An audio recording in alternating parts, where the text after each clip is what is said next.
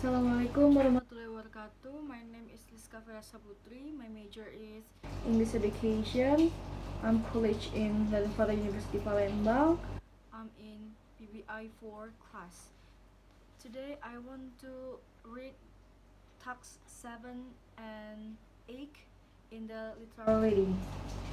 So I will read task 7 first. How to give a good speech. First, so you have to give a speech and you're terrified. You get nervous, you forget what you want to say, you stumble over words, you talk too long, and you bore your audience. Later, you think that thank goodness it's over. I'm just no good at the public speaking. I hope I never have to do that again. Second, cheer up. It doesn't have to be that bad. Here are some simple steps to take the pain out of speech making. First of all, it is important to plan. Do your homework, find out everything you can about your subject, and at the same time find out as much as you can about your audience. Who are they? What do they know about your subject? Do they have a common interest? Why are they coming to hear you speak? Put yourself in their shoes as you prepare your speech. Third, ask yourself the purpose of your speech. What is the occasion? Why are you speaking? Are you introducing another speaking, moderating a discussion, giving a lecture, convincing someone? There are many possible speaking roles, and each one has its own special characteristic. Make sure you know into which category you fit. Don't spoil your speech by confusing one speaking role with another. 4. Let us suppose that you have been asked to introduce the main speaker at conference. First, find out the most important and interesting things about the speaker. Then summarize this information in a few remarks. It is alright to tell a joke or an anecdote if it is in good taste and will not embarrass the speaker. And most important, be brief.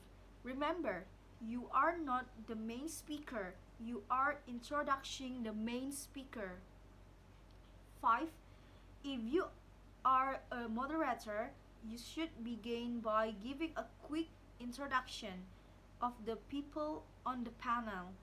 After that, you should try to keep the discussion running smoothly, and you should try to focus on the connection between speakers. Keep yourself in the background. Don't talk too much. Keep yourself in the background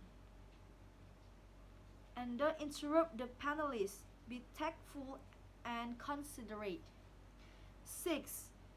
If you are giving a lecture or explaining an idea, gather as many facts as you can on your subject. Spend plenty of time doing your research, then spend plenty of time organizing your materials so that your speech is clear and easy to follow.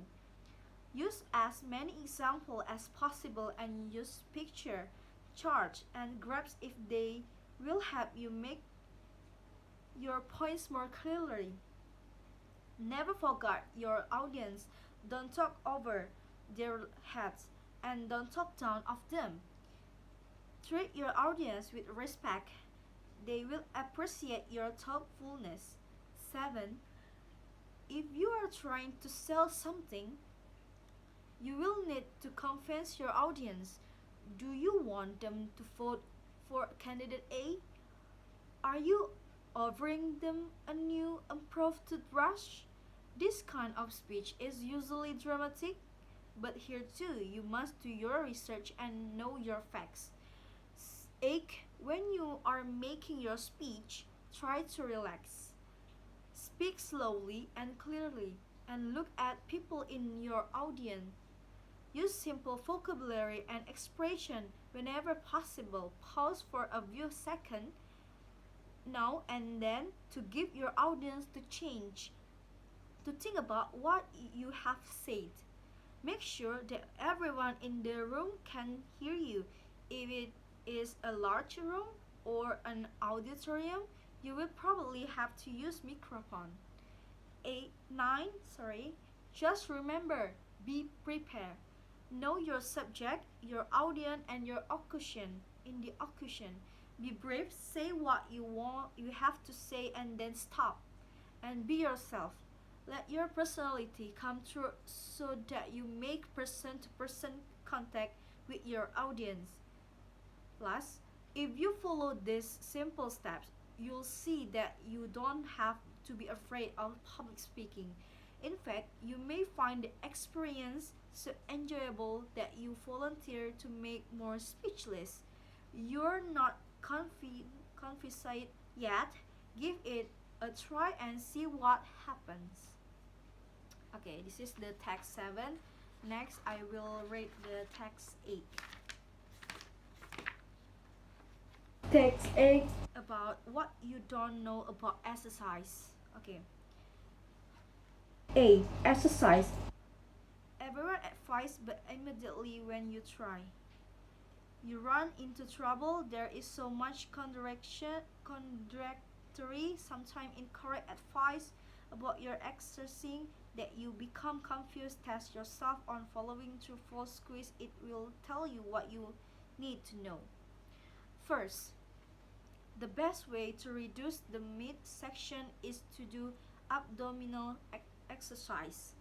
False. Many people believe that when specific muscles are exercised, the fatty tissues in the immediate area are burned up. The third is the exercise burn fat from all over the body and not from one specific area, regardless of the type of exercise. Of course, if you reduce the fat throughout your body, you will certainly see results around your waistline too. Second, to maintain an adequate level of physical fitness, you need to exercise only twice a week. False. Studies conducted by NASA, the National Aeronautics and Space Administration, show that unexercised muscles lose their strength very quickly after 48 to 72 hours. You must use the muscles again to establish the good physical effect. And what does that mean to you? NASA scientists conclude that while daily exercise is more beneficial, 3 alternating days each week will maintain an adequate level of physical fitness. Third, to lose weight, you should always work up a good sweat when exercising. False. Sweating only lowers body temperature to prevent overheating. It does not help you reduce. You may weigh less immediately after a workout, but this is due to water loss. Once you replace the liquid, you replace the weight. 4. You burn more calories jogging 1 mile than walking the same distance. False. You use the same amount of energy whether you walk or jog the mile, since in both cases you are moving the same weight, the same distance. The speed doesn't matter. Of course, if you jog rather than walk for 30 minutes, you'll cover more distance and therefore burn more calories. 5. If your breathing doesn't return to normal within minutes after you finish exercising, you've exercised too much. True. 5 minutes or so after exercising, your breathing should be normal. Your heart shouldn't be pounding and you shouldn't be exhausted. Beneficial exercise is not overly difficult, unpleasant, and exhausting. It is moderate, enjoyable, and refreshing. 6. Walking is one of the best exercise. True, walking helps circulation of blood throughout the body and who thus that has a direct effect on your overall feeling of health. 7. Vigorous stretching exercising keep muscle flexible. False. Stretching exercise, for example, twisting or bending at the twice, touching your toes, should be done slowly, allowing the muscle to relax and let go. Vigorous stretching make the muscles become tighter. Okay, 8. The minimum amount of time you should spend exercise in a day is 20 minutes. True, there are more than 400 muscles that attach to your skeleton. A good exercise routine should contract and stretch all these muscles, and this simple cannot be done with your 4 or 5 exercise in 5 hours or 10 minutes. For experience, I found that about 20 minutes is the minimum amount of time needed for an adequate workout. B. How long it takes you to become physically fit depends on how unfit you are when you start. If you are out of condition, you certainly can't shape up in the 21 days. However, shaping up doesn't do any good unless you plan to stay in shape, and that means exercise from now on. It takes as much exercise to stay in shape as it does to get there, but the work won't seem as hard after a while because your body will be in good condition and all the move will seem easier. Okay, this is my reading text.